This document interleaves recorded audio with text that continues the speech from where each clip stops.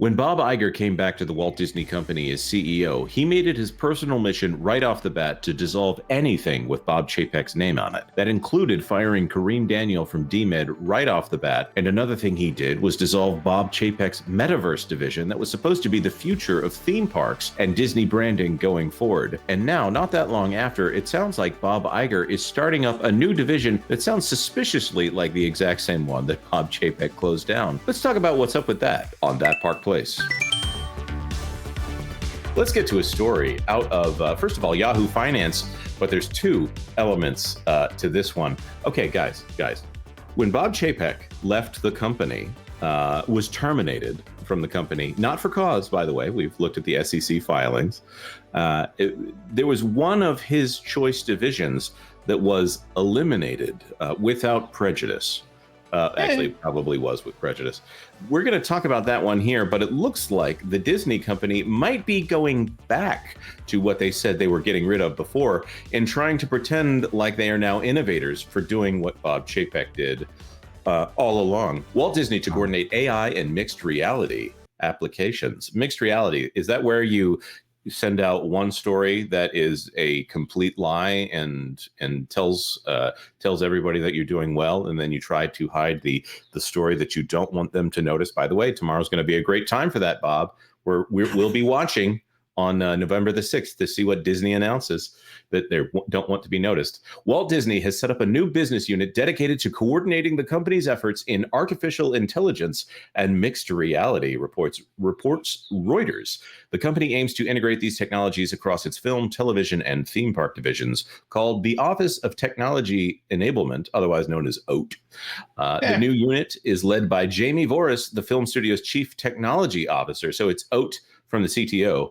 According to an internal email seen by the publication, Disney Entertainment co-chairman Alan Bergman said the pace and scope of the advances in AI and XR, extended reality, just sounds like augmented reality, by the way, are profound and will continue to impact consumer experiences, create endeavors, and blah, blah, blah, blah, blah, blah, blah. This is so boring corporate speak. Let's see here. Voris, who led the development of Disney's app for the Apple Vision Pro mixed reality device, will report directly to Bergman. So my question here is, hey, what do you think Voris was up to in the past? Culture, I want to ask you, what do you think Voris was doing if he was working on Apple Vision Pro for the company?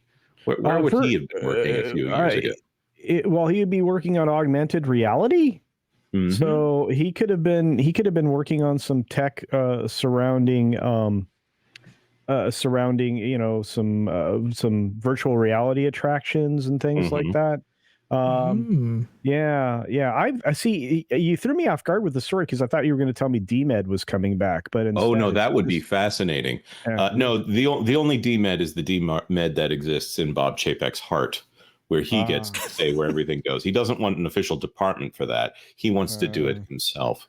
Yeah, but no, this is definitely an augmented reality situation. They've been working on this technology at Disney for a long period of time on many different attraction types. So pulling him out to do this seems a little brilliant.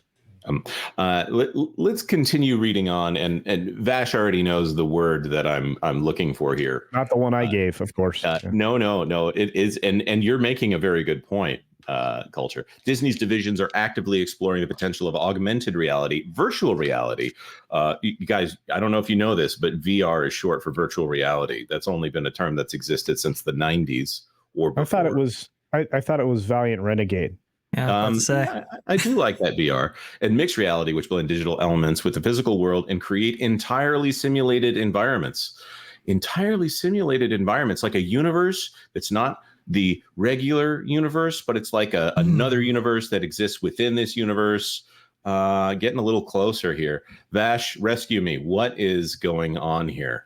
Well, that sounds a little bit like the Metaverse, right? Is that what it kind of sounds like?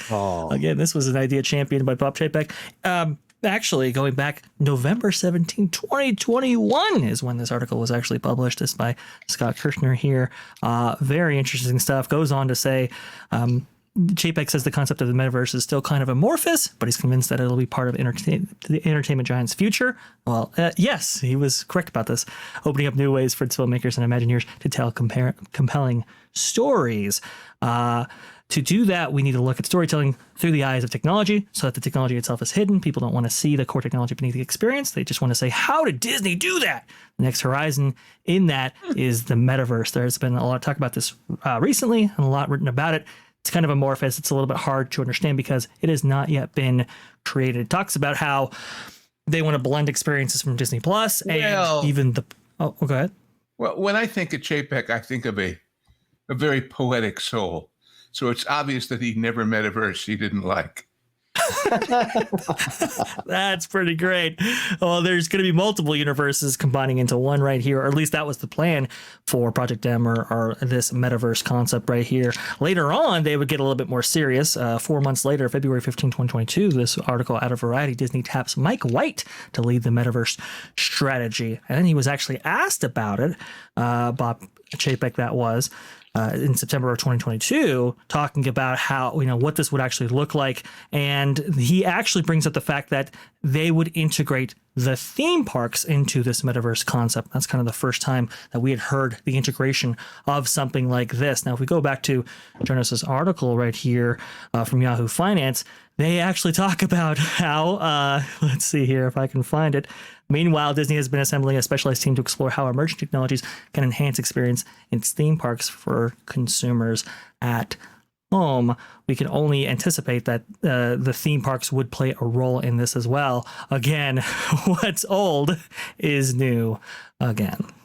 I'm also going to point out that almost as soon as Bob Chapek was kicked out of the company, right here, Disney and Epic Games created to create expansive and open games and entertainment universe connected to Fortnite culture.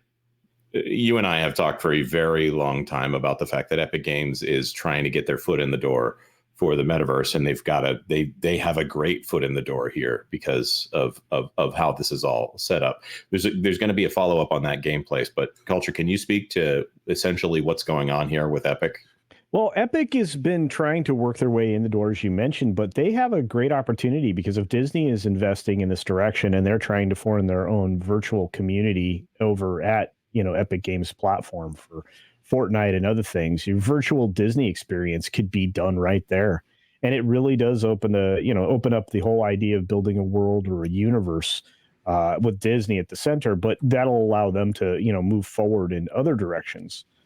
They're on their own platform with other, experiments, perhaps even bringing, mixed reality to things, or metaverse, I should say, same thing, to that platform as well for everything, Fortnite or whatever else, Epic decides to lend their efforts to. It's very exciting. Call me a skeptic, but okay. I have no doubt they can do this technologically. The question is, what stories are you telling? In other words, if you create a totally magical online AI universe, separate from the real one, but the cake still costs $23 a slice. Oh, yeah. You see what I mean? It's not about the tools. It's about the people imposing their philosophy on them, to me. I mean, sure. But I mean, for everybody here involved, it's kind of a discount way to get their foot in the door and to play catch up in certain areas. Although I wouldn't say that Meta is very far ahead. But, right. And I'll also point out that most of the things that Disney is putting in there that are actually Disney branded are overpriced, and I haven't seen them utilized within the game itself. Hey, Lou, I wanted to go to you for this because you have a lot of experience in Hollywood and in dealing with maybe some arrogant people who make sure their name is on something. Am I just, and you can feel free to disagree with me on this, is this a situation in which Bob Iger is essentially saying, we're going to delete what you did and then we're going to pretend like it's my thing? Well, since that's the history of everything else that's involved that situation, I don't see why it should make it any different now. Yeah. I want to point out one thing before we move on to our next topic here. This had a variety. One of the first things that Bob Iger did when coming back was lay off and undo a lot of the Chapek era things. This was March 28, 2023. Disney shuts down Metaverse unit as part of its first wave of layoffs. You can see right here that it affected about 50 employees. Well, if we actually go back to that article Jonas shared earlier, we can see right here, according to sources, the Office of Technology Enablement, which is this division under Disney here, is launching with a core leadership team and expect to expand to around 100 employees. So, doing the same thing. The answer is they didn't know. They picked a number, and that's the way it worked out. Yeah. I see. I also want to point out here, Knee Pain, friend of the channel here, is in the chat. Epic already had some feet in the door with the CTO being ex-Lucasfilm. I did not know about that. I didn't know that either. Tim Sweeney is the one who gets all the headlines over there. Well, if you want to go to feet in the door, when they bought Lucas, they bought their games. Haven't seen Monkey Island ever since, have you? And one of the worst things that they have ever done is buy essentially an ongoing advertisement for their products that people play every single day and say, we're going to get rid of that. Even if it's a bad game, you still stay in the zeitgeist because people talk about it. If they want to say that theme parks are a thing that keeps their intellectual property in the zeitgeist, video games are an even better way to do that. Thanks for watching That Park Plays News. For more information, consider checking out www.thatparkplace.com. And don't forget to subscribe, share, like, and send this out on your favorite social media account.